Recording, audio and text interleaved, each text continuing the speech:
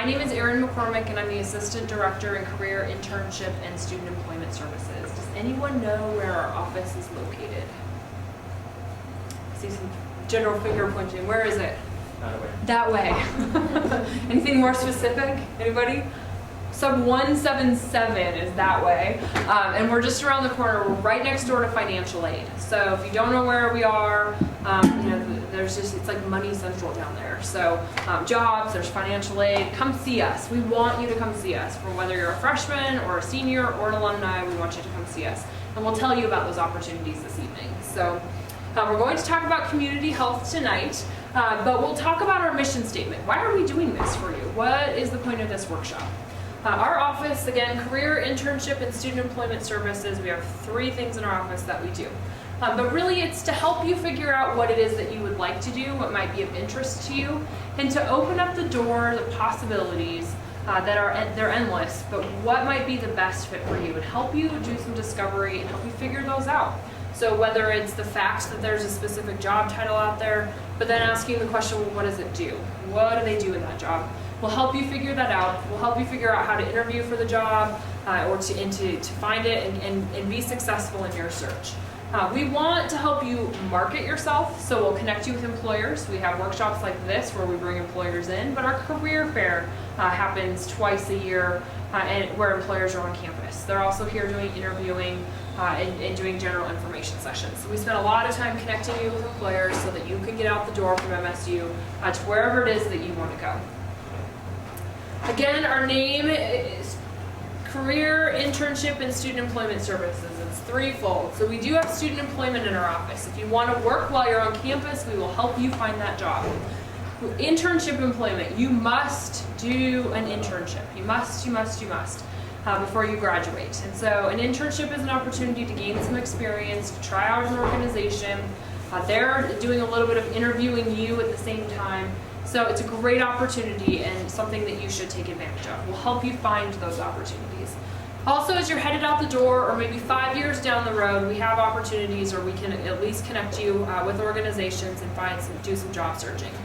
So in order to do all of these, there's a website that we have set up for you. Does anyone know what that website is called, or what it might be?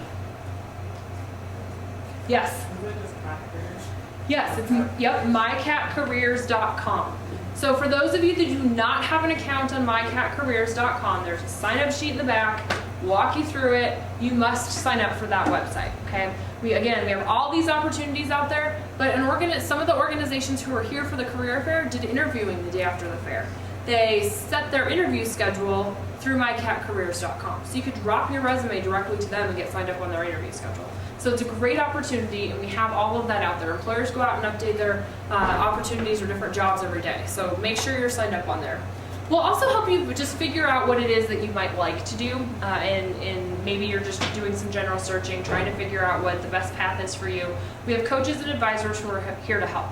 We can also help you with your resume writing, your interviewing, and general job searches. We have several individuals in our office who help do that.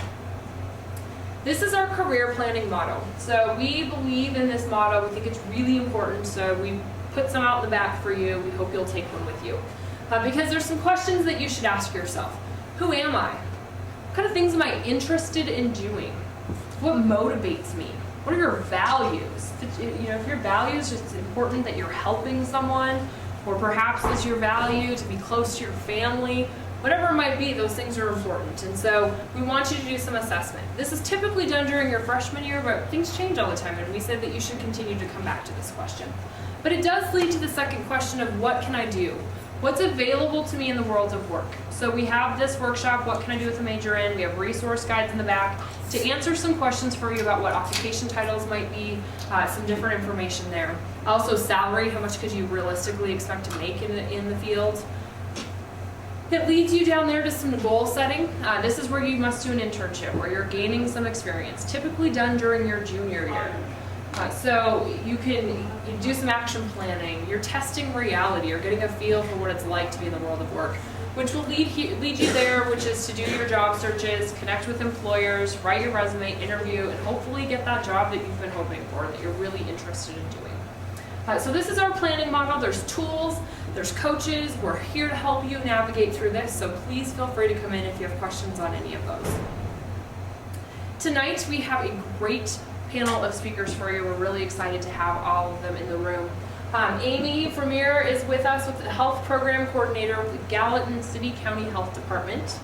Mrs. Cory Hartman is here. She's the Director of Medical Services, and Helena for New West Health Services. And Jill Brodin is here, and she's with Highgate Senior Living. She's a Life Enhancement Specialist.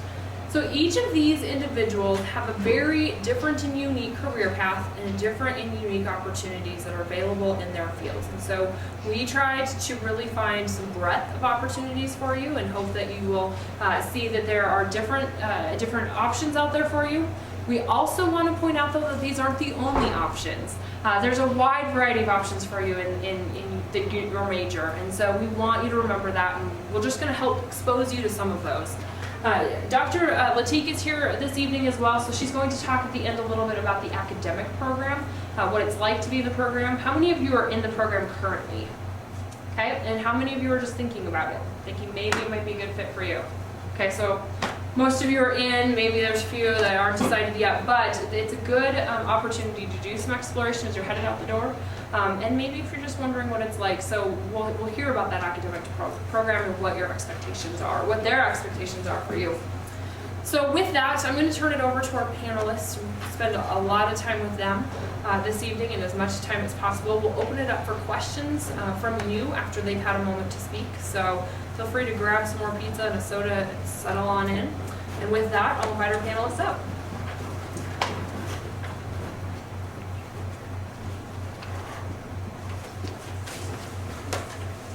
And Amy, I'm going to go ahead and I'm going to start with you. We'll turn it over to you first, and you can kick us off.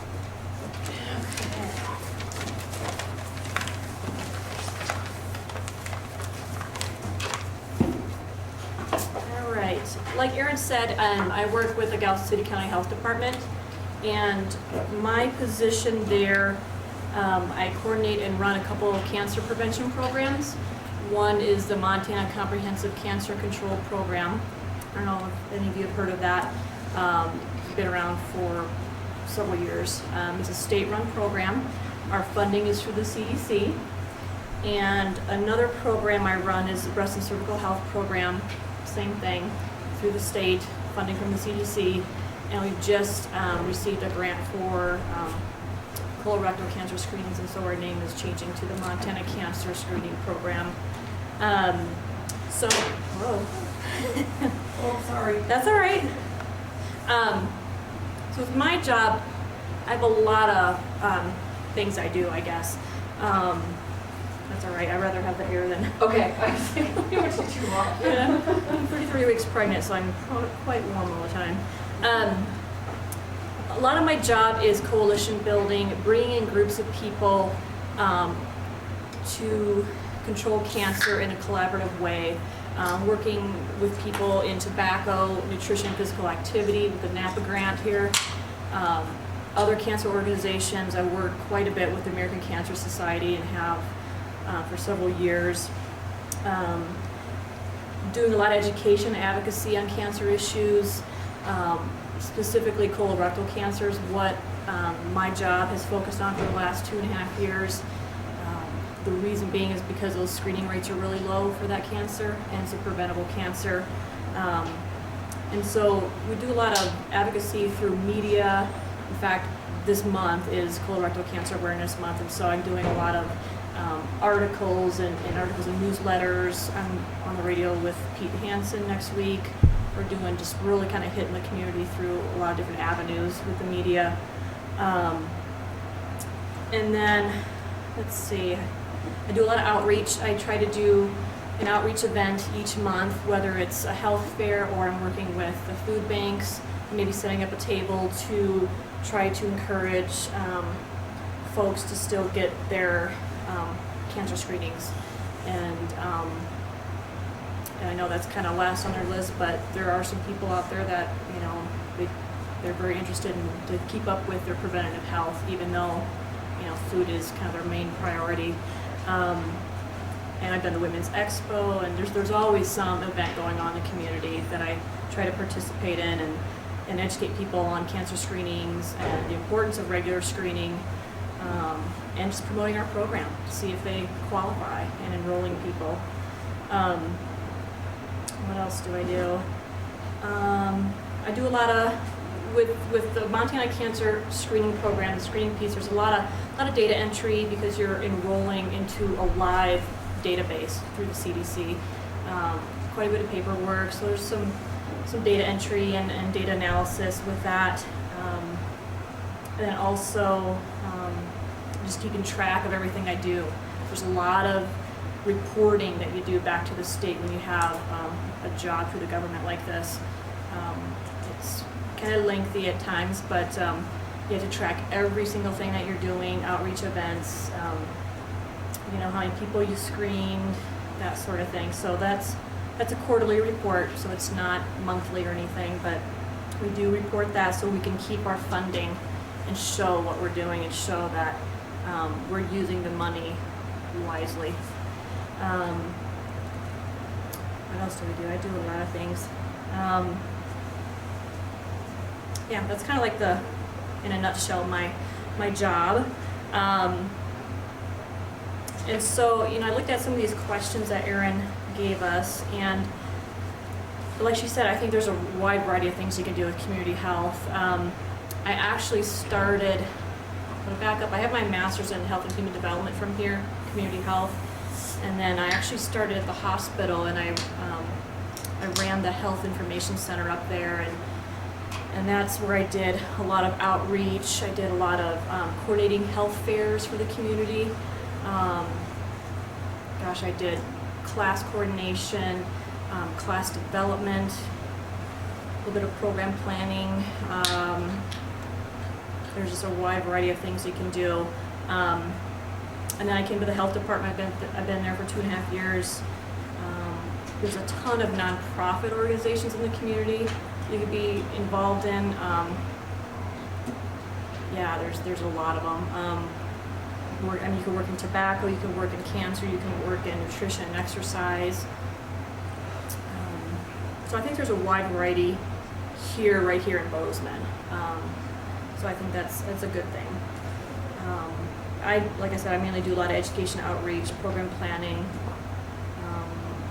I don't do a whole lot of epidemiology, but I think that probably would be a possibility for someone to do in community health. And my main goal, the main goal of community health, as you know, is to protect and promote the health of the community members. And that's what I really strive to do. I got my job at the health department just through job service. That's how they advertised it, and it did help that I worked with my supervisors in my previous job. So I think getting out into the community, getting involved in different coalitions out there, and that's an interning, and just knowing what groups are out there will help you down the line. Oh, I have 1 minute. Okay. Because that's how it helped me, because I had worked and done some internship work 10 years ago with the health department, and they remembered me, and just working through the hospital and the health fairs and getting the health department involved. That's how I got the job. So let's see, what else should I say?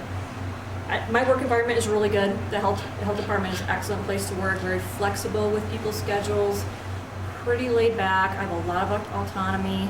I think that encourages people to work even harder because you're really your own boss. In a way, you're managing your own time very well, and there's more accountability because you have a lot of responsibilities to get the job done.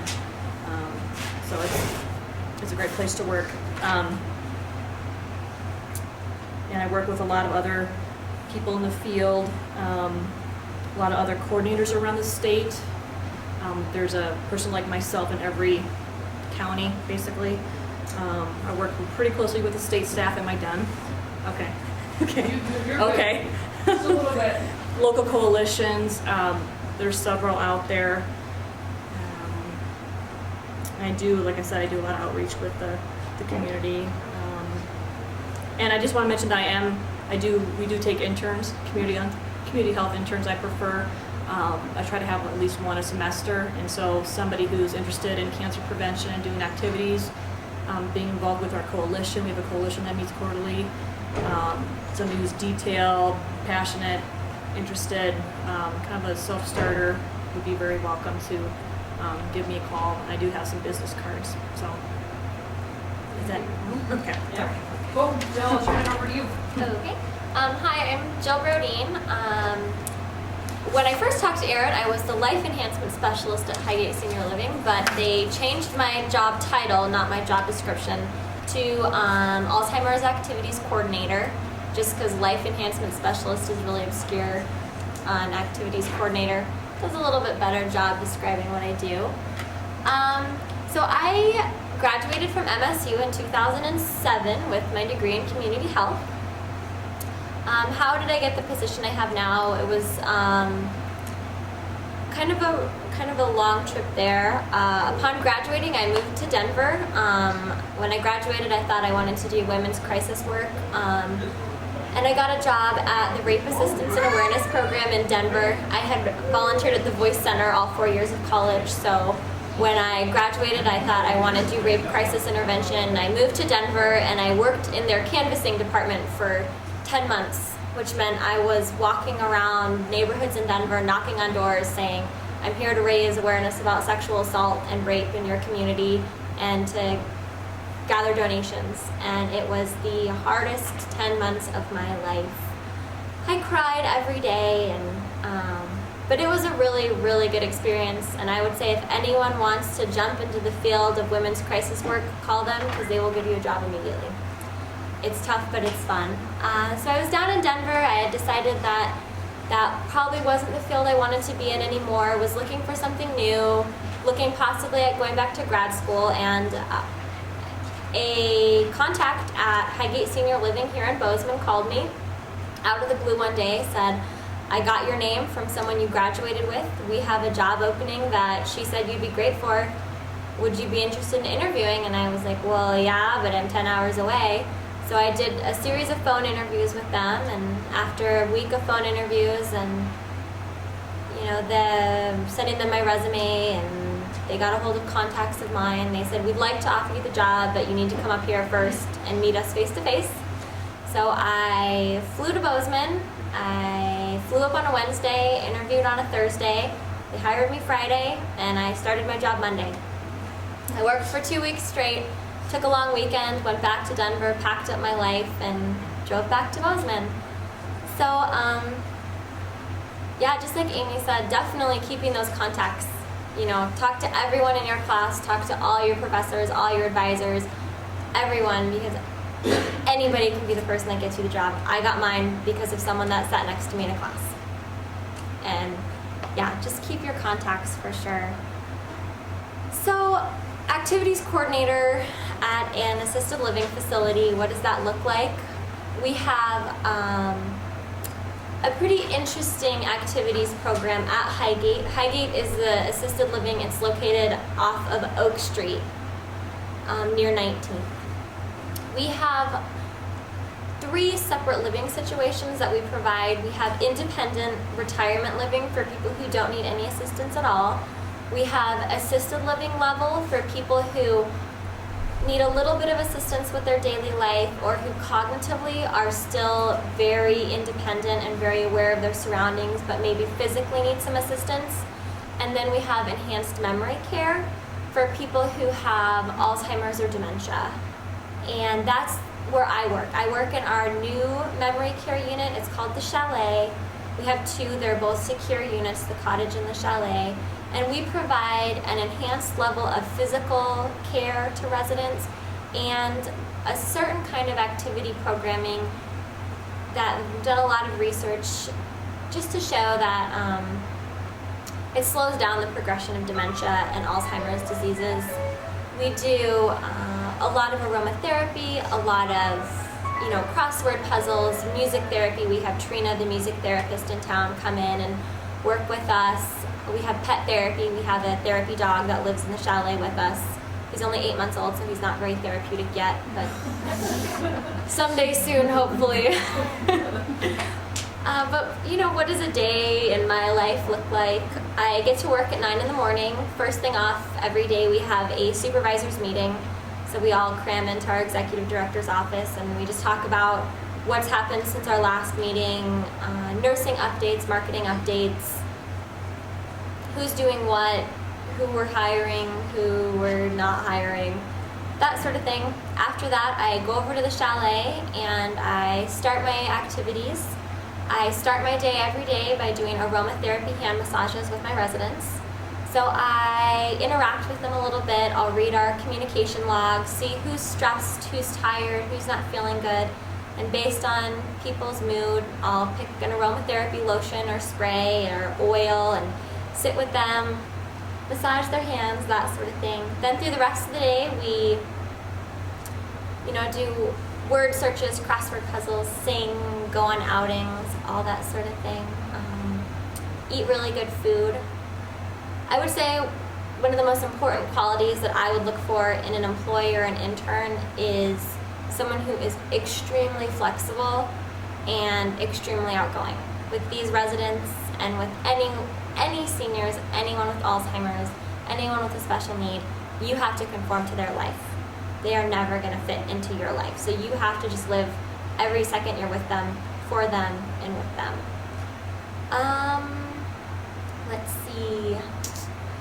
I think my biggest word of wisdom for a student beginning their career would be just what everyone else has said. Use your internships. Don't just have an internship, but actually use your internship and use your program evaluation class, your program planning class. Because if you do a really good job in those classes, when you're making your resume and you're doing your interviews, you can say, in my program planning class, I did XYZ. I presented it to the health department.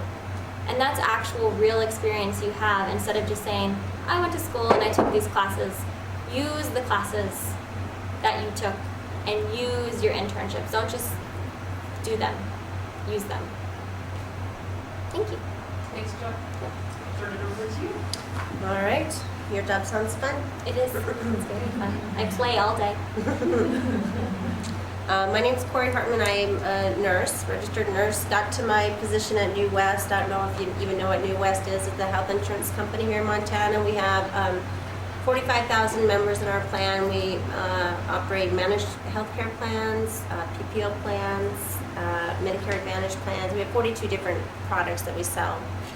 So how did I get there? It's a really long road, and mostly nursing, variety of places in nursing. After I got out of the service, I went into nursing when I was in my mid-20s and worked in acute care, long-term care. I was a director of nursing in a long-term care facility for several years. I taught nursing at the college level for several years, and then I had my summers off, so I read a lot of want ads in the summers, just because.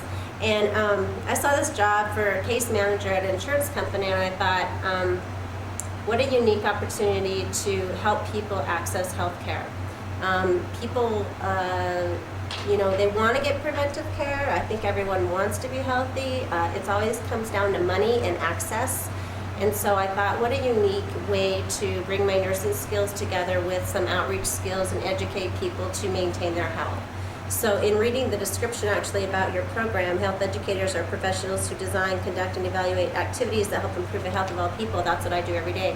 How do I do that? A day in my life is, mostly I talk on the phone all day and type at the same time. So multitasker, yeah, you have to be able to multitask today.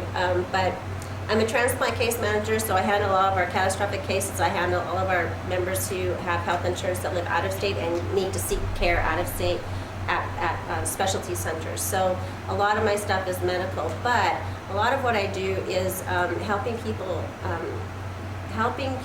make choices about their health. Not telling them what to do and not setting goals for them. That doesn't work when you set goals for people.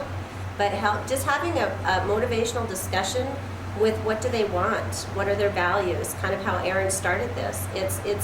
Those are skills that you can use in a variety of positions, but guiding people to make healthy choices that are acceptable to them and they actually want to do and can achieve is what I do every day. and then help them use their health insurance to get healthy and stay healthy. And that means smartly accessing care, not going wherever you want to go because they're the best at it. It's smartly accessing networks. I negotiate contracts for people. I negotiate case rates for transplants and all kinds of catastrophic care. But basically, I would encourage any of you at any point in time when you have health insurance and you're facing some kind of need, call your insurance company, because there's a whole group of case managers that are just like me, and that's what we're there for, is to help people use their insurance benefits. So that's basically what I do. How I got there is a variety of degrees in nursing. I wish I would have just kind of went and got a bachelor's and a master's and did it smart, but no, I took the long way, got 4 degrees, and went through it in a variety of paths, and it is what it is. It all became experience that made me who I am and made me good at my job. So you never know. Just like Jill just said, connections. In Montana, and it is such a small world out there, you never know who you went to school with might be hiring for a job 2 years from now, and they might be on your interview panel. I mean, connections. You gotta value people and live every day as if you are living your obituary. What you want people to say about you when you die is how you should be living every day, and maintaining connections and relationships with people. That's the secret to success, I think. I have some handouts. One of the handouts I brought, one of the questions on here is about core competencies that your employer has. At New West, we have a variety of positions. I can see a health educator role. I don't have positions for health educators just in and of itself in my department. I've never even thought about it. Actually, I didn't even know it was a degree in and of itself until Aaron called me. So I kind of did some research on it. It's kind of cool, but I don't have positions geared just for that. It's not to say I couldn't. It made me kind of open up my eyes and think about a position where I could just have an outreach coordinator doing education, which is very possible, especially given healthcare reform. Do you know the #1 career field that experienced growth in the last year was government positions? And then it's just going to keep on rising, especially if healthcare reform becomes a reality. There's going to be a wealth of positions that open up, and they're all geared towards healthcare and maintaining health. So there's a lot of opportunities out there. At New West, I can see a healthcare education degree being very valuable in a bunch of different areas. One of them is marketing. When you're going out and you're selling health insurance to groups, we meet with large groups of employers.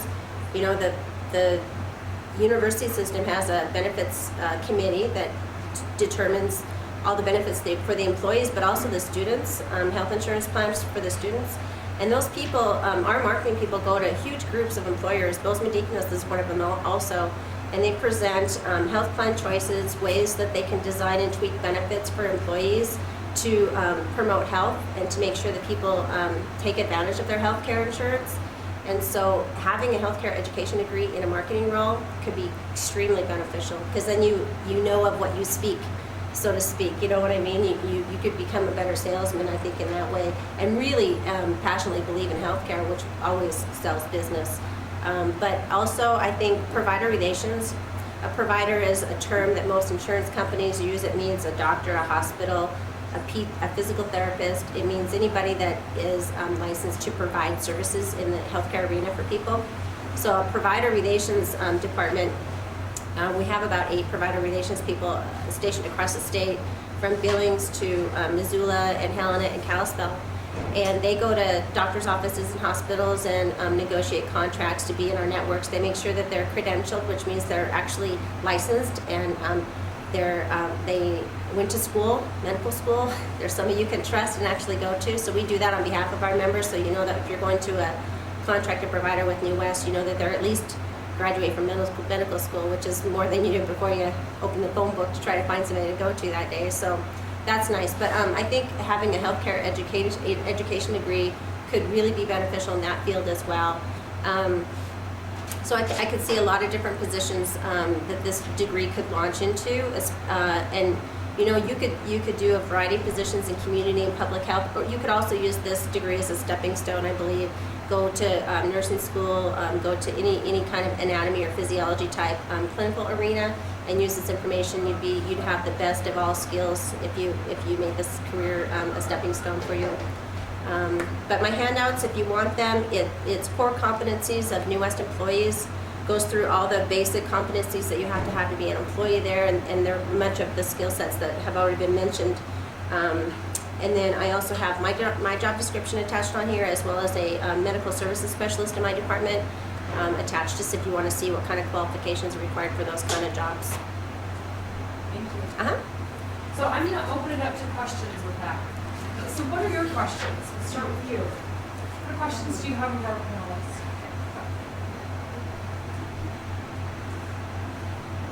Anybody?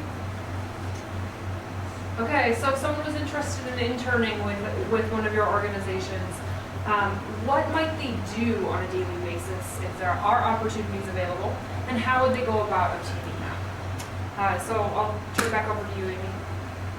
On a daily basis. My interns in the past have usually done like 3 days a week. There's our outreach activities kind of ebb and flow a little bit. So there's certain times of the year that there's a ton of events and, you know, developing educational posters that are at a 6th grade reading level.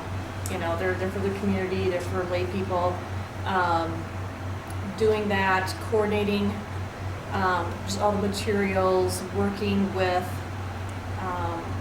if it's not our own health fair, working with the organization or company that we're going to be doing an outreach event with. So there's some phone calls, there's some, you know, educational posters, and really just kind of coming up with a plan and then also evaluating the event afterwards. I'm a stickler for evaluating what worked, what didn't work, what could we do better. So I'm trying to think what else I haven't had an intern in a while, so I'm just trying to rack my brain what my past interns have done. I had one intern actually we actually have program cards that, for our screening program, that list like our income guidelines, who's eligible. It's just a very nice, concise card that she distributed through our tri-county area. And I cover Gallatin Park and Sweetgrass counties.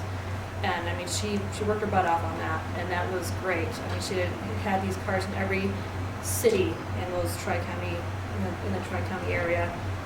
So there's always like new projects popping up and ways we can get the word out about our program, because our program has been around for 10 years, the breast and cervical piece, and there's still people that don't know about it. So, you know, doing a lot of those things and just working with other nonprofits to come up with other outreach events.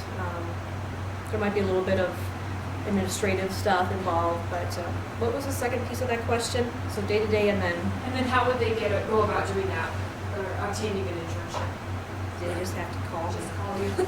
And then I usually just set up like a little interview, and just kind of see what their goals are, their values, their needs, explain each of the programs in more detail.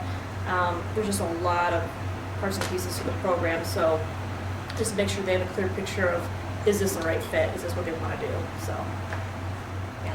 Mm-hmm. What about you, Jill? Let's see, we love our interns. I actually have 3 interns right now. 3 interns plus a post-grad pre-medical student intern guy doing a project on music therapy. But interns, what they do, it really depends on what they want to do. We have 2 HHD interns. One of them is specifically interning with the activities department. Her focus is more on the assisted and independent living side, so she works more with my coworker Steve, who is our activities director of the independent living portion. She comes in 3 days a week, 3 days during the week, and then all days on Sundays, and helps him run activities, help him plan activities, go on bus trips with them, just really getting a lot of good experience interacting one-on-one with the residents and seeing exactly how how do you create an activities calendar. We have activities plans month and ahead, so just learning really how he plans his activities, how he runs them. We have a second intern. She is rotating through departments. She started in the nursing department and helped coordinate a resident wellness day. She used the wellness wheel and really put together an amazing day for our residents. We had a spa day, we had free back massages. She helped do personal health evaluations one-on-one with the residents. I have a psychology intern who, He's been doing his basketball, but he's starting now, so he's got 145 hours to fit in before May. So he'll be living there. It's gonna be fun. But all of our interns, we treat them as new hires. So they fill out job applications. We do an interview with them. We do team interviews, so you'll get interviewed by multiple people, probably myself or another activities person, an administrator, someone from our marketing department, because we really try to put our interns through all areas of the building. You need to pass background tests. We do random drug testing if for need-based. If we suspect that we need to drug test you, we will, and as an intern you would be responsible for being drug and alcohol free on the workplace. We encourage CPR, first aid. It's not required. We do require proof of hepatitis vaccines and a PPD test. And then interns do all the same training. We have video training, computer training, book training. So the training in itself is like 24 hours right there just to get your training done. But I would definitely encourage anyone who's looking for an internship to look into it. I know that the senior and assisted living world, geriatric care, isn't that glamorous. It's certainly not what I thought I would be doing when I was in school. But it's extremely secure work right now. It's a rapidly growing field. And if you think you love children, you will love the elderly. You will. And I would just look into it, definitely. I wish that I had looked into it earlier, for sure. I want to go live there. I have open apartments.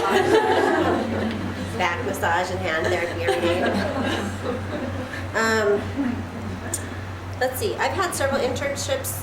Interns actually worked for me over the years. Mostly they were in nursing students. However, we've had interns also in our marketing department, which is called strategic growth actually. They do a variety of activities. Basically, I read the course description of what class you're doing the internship for and help you figure out what kind of project you can do that would meet your goals as well as some for us.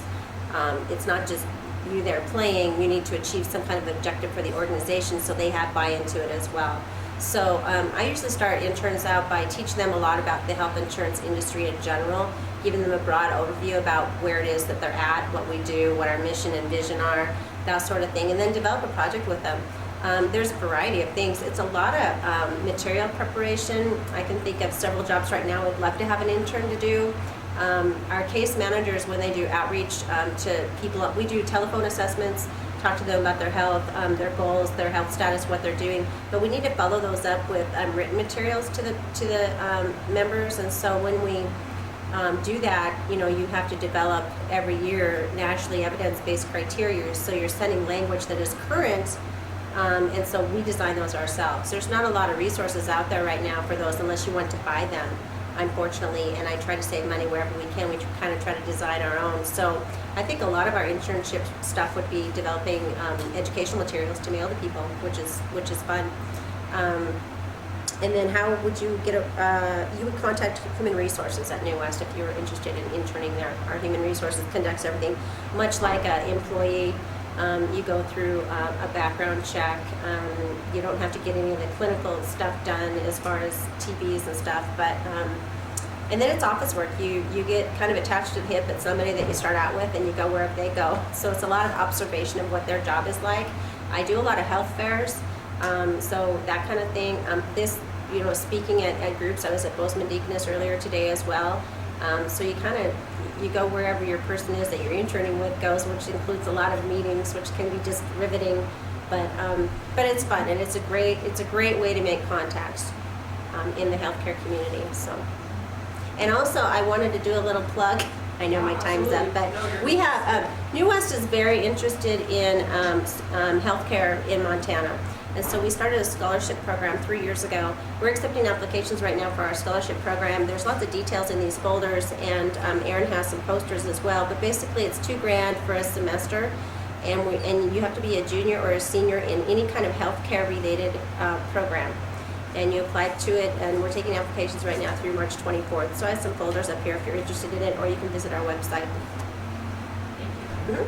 Thanks. Okay, who's next? Who has a question now? These are so quiet. So I have a question about all the designations after a couple of your names.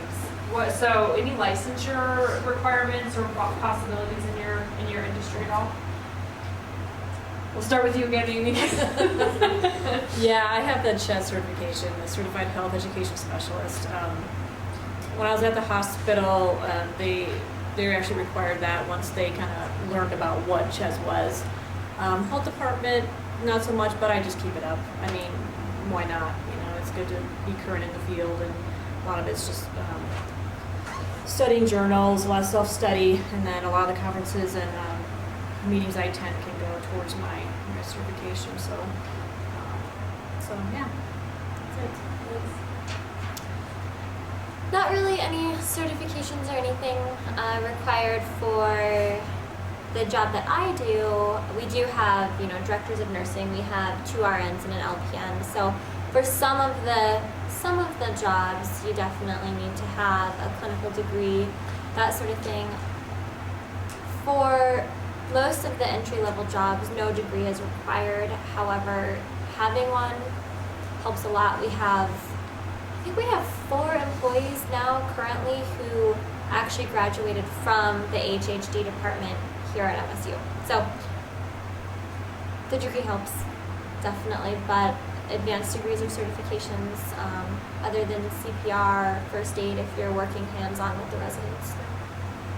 How about your previous position? Anything in terms of some of your crisis counseling or voice center work and some of that you know that you worked with people? To actually work with the advocacy or the counseling there, you did have to be either a licensed clinical social worker or a licensed counselor. To do any of that, to do in their education department, you did have to have your CHES. My job requires me to have a bachelor's degree in nursing, and I actually have a master's right now in nursing education. So an RN is also required for my position. All my staff have nursing credentials as well. I have behind my name CCM, which is a certified case manager, which is a national exam that you take, and you have to be doing case management for 3 years before you can take that. It's a pretty rigorous exam. It's actually a really interesting exam, because you could be, you hear the word case management thrown around all the time, and it means something different everywhere you are. So the exam is has just a breadth of experience questions on there, all the way from Veterans Administration benefits to workers' comp to disability to mental health, case management to the medical piece. So to be a CCM is you could really work in any one of those fields, which is pretty neat. And then CPUR is the last initials I had after my name, and that's a certification in utilization review. Utilization management and utilization review are terms used in the health insurance world, which helps you use services smartly, basically is what that means, is getting healthcare services at the most effective price you can get them at. So it's helping people use healthcare smartly. Mm-hmm. Back to you. What are your questions? What's the one thing you love most about your jobs?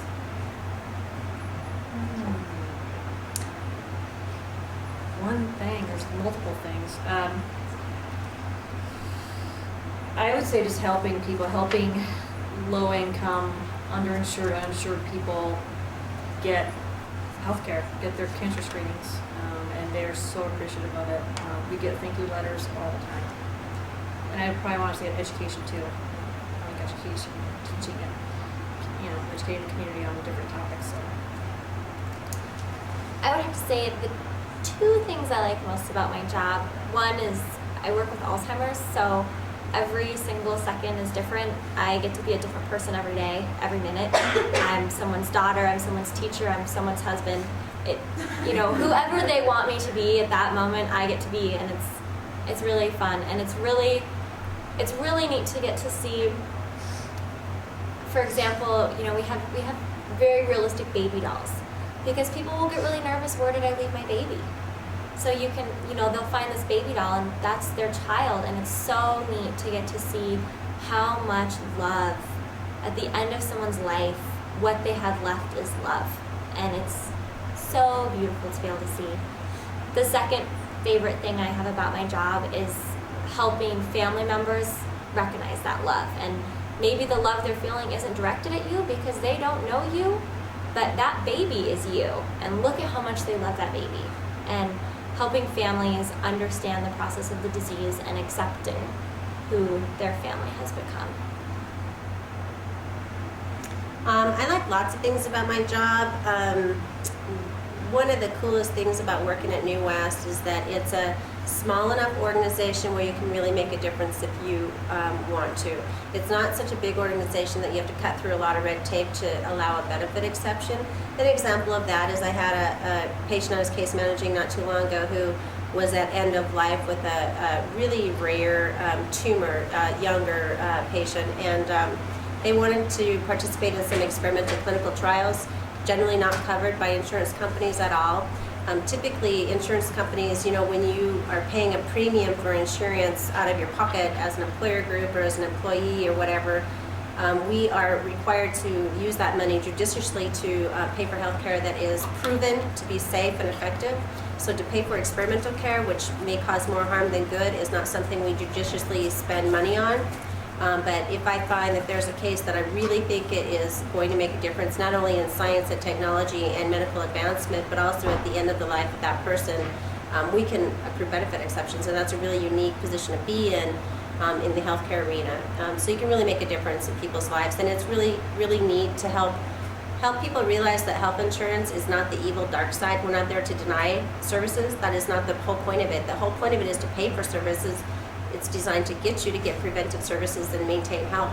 That's the whole reason that it even exists, and to fund healthcare. So to change that mindset for people is really a passion of mine.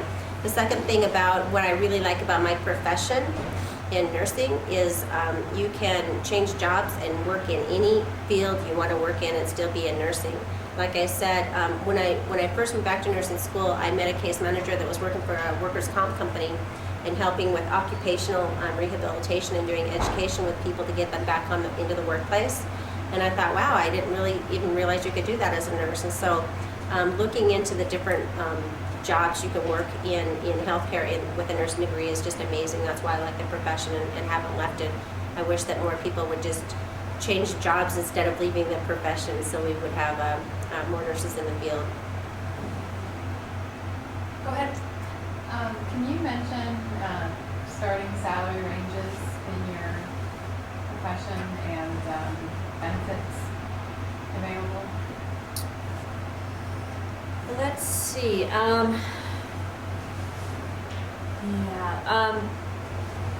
The government jobs don't pay as well.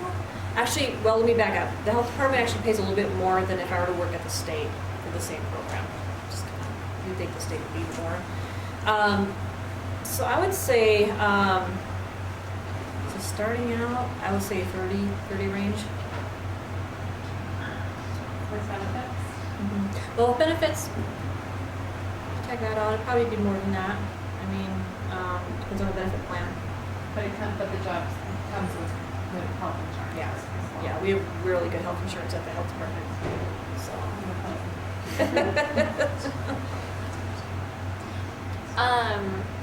It's really hard to say in the field of working in geriatrics what starting wage would be. I would say between 22 and 28,000, probably depending on what department you're working in. You know, we do have a recent grad who's working as one of our care partners, so she's, you know, a CNA, and that's a little less, but really awesome experience. So it just really depends if you're going into, you know, activities, administration, dining services, marketing, which is all things that a degree in community health sets you up for. You can work in any of those sort of places. And then we, at least at Highgate, I can't speak for anywhere else in town, we do offer full-time employees get full benefits, medical, and an option for dental, which is great. Paid vacation, sick time, all that jazz. We're a large employer. We have like 60 employees, so we have to do all that stuff. So, which is good. It's hard to get a job right out of college that gets you benefits.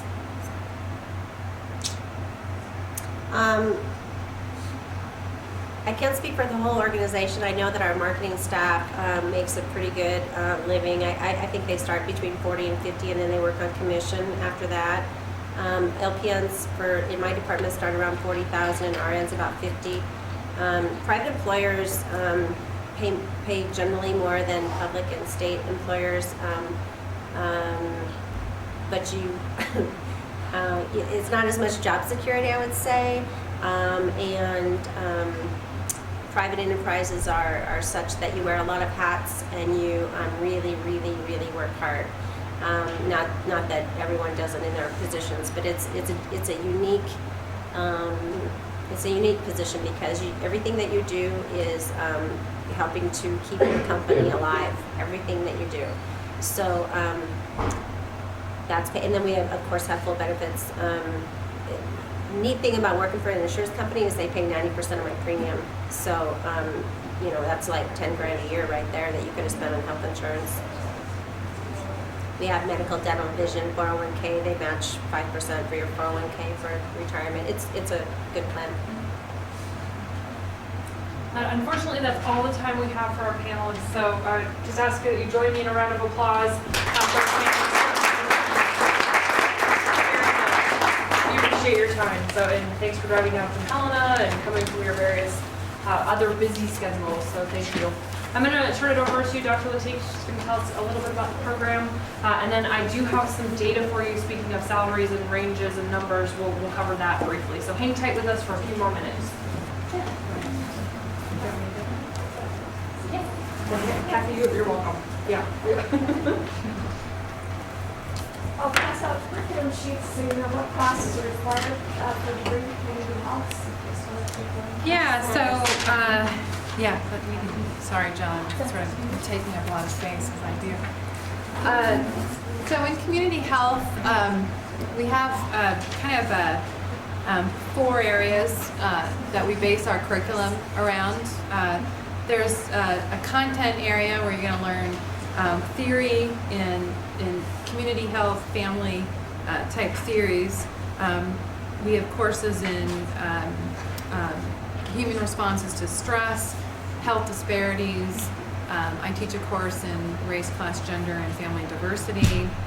So we have a content area, and then we have a skills area. And under skills, you're going to take classes in things like folks mentioned, program planning, evaluation, policy analysis, those types of things. And then we have a research component where you'll learn about research methods and design, statistics, and those kinds of things. And lastly, we do require an internship so that you do get that real world experience. And we try very hard to encourage you to make that internship work for you and make it a good experience that hopefully lands you a job, or at least gets you a lot of information about the type of the work, is this the type of job that you want to pursue? As faculty, we all conduct research, and our research tends to be focused on what's called community-based participatory or action research, and that research strategy actually drives a lot or undergirds our course development and design work also. And community-based participatory research requires that you develop partnerships with community members. We know in community health that someone just making decisions from on high and trying to promote good health doesn't work. And the best way that you can make change in your community is to get buy-in from community members, develop trust, and let them decide what is going to work best for that community. And that's how you build sustainability of programs, and you build healthy communities. And so you'll learn a lot about that particular approach if you're a major in community health.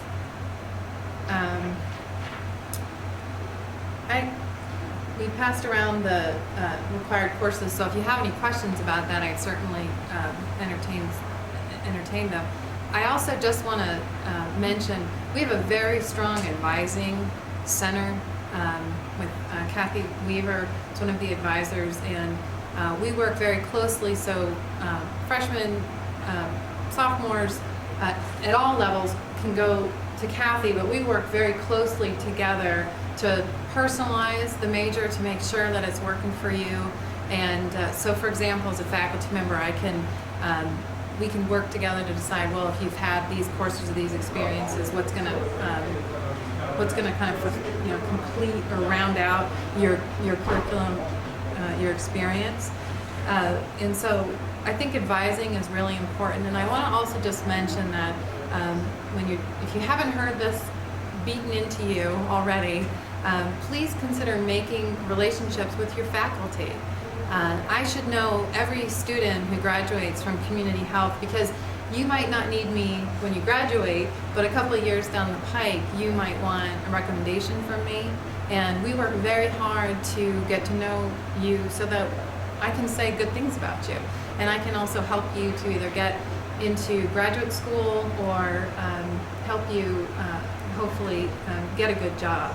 And we're very motivated to help our students get good jobs.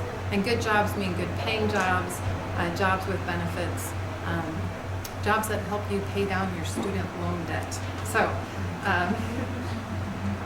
if you have any questions for me or Kathy, and we have another faculty member, Dawn Terwucci at the back, if you do.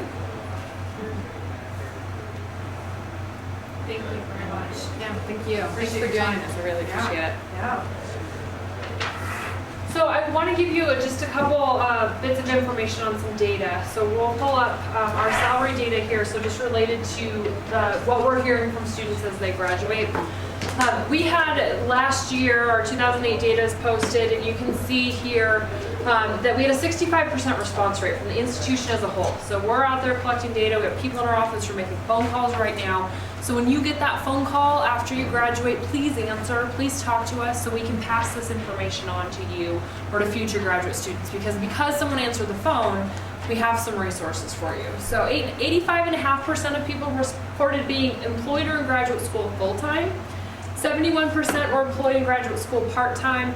5.8 were unemployed and still looking, and 1.8 were not looking. So we don't know what they were doing, but they were not looking.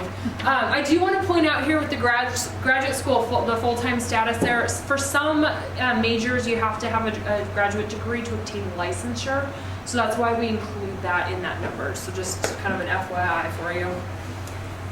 You can see over the last 3 years, our average salary increased by not only year, but by major. You can expect your degree, or the higher your degree attainment, the higher you can expect your salary to be. We see that on national trends as well. Conversely, as we're talking about the unemployment rate right now, and you hear a lot of data in the news about unemployment rates, we want to point out to you that your bachelor degree, or if you go on your master's degree, it's a wise decision to have made, because the unemployment rates for those individuals who have a bachelor degree or higher is lower than that national average. So as your degree attainment increases, the likelihood of being unemployed decreases. So just something to keep in mind as well. Your decision to be here pays off, so we're glad you're here. This is the community health average salary of the last couple years. Unfortunately, we didn't have enough people respond in 2006. From here, we show, and we'll break down in-state versus out-of-state salary. So institution as a whole, you can see in-state versus out-of-state. We always like to point out to do the math and make sure the higher salaries you can see are out of state, but with the exception of a few places in Montana, Bozeman being one of them, cost of living is higher out of state too. So just do those comparisons. Make sure those numbers add up for you. And then in-state versus out-of-state for community health, we have just a little bit of data there. And so you can see just last year, this year, our 2008 data just isn't broken down as of yet. So, but we expect that it didn't change more than probably about $4,000 or just a couple percentage points. So it really doesn't change much. So with that, this is where people are going by college. So Health and Human Development, 69% chose to stay in the state of Montana, 31% left. 61% overall, so we'll see our number at the end here, 61% of MSU graduates stayed in the state. There are jobs in the state of Montana. Our graduates are showing us that you can stay if you want to, if you choose to. With that, we also want to point out too that if you want to work for the state or federal government, there's this website, it's called makingthedifference.org. And makingthedifference.org is a partnership or a nonprofit organization, and they go out there and they promote federal service. So there's a lot of really good data out there about where the jobs are, what you might be able to do with your degree within certain areas. One thing we also like to point out, just going back to our salary conversation too, your salary might start out lower than the private industry if you go to work for the feds or the state government. But the federal government is actually seeing, they're actually in this crisis situation where most of their population is actually of the baby boomer generation. They're getting ready to graduate. The trend they're seeing right now is that within 5 years, you'll be making, about average 5 years, you'll be making as much, if not more, as those people who started out in the public or in the private industry. So just some things to think about too. Your salary might start out lower, but what are the advancement opportunities? We always point those things out, help you to think about them as well. Then, I'm gonna grab this sheet of paper here. This is our resource guide. One of the things that we have on the back here are occupation titles of past graduates and where they're working.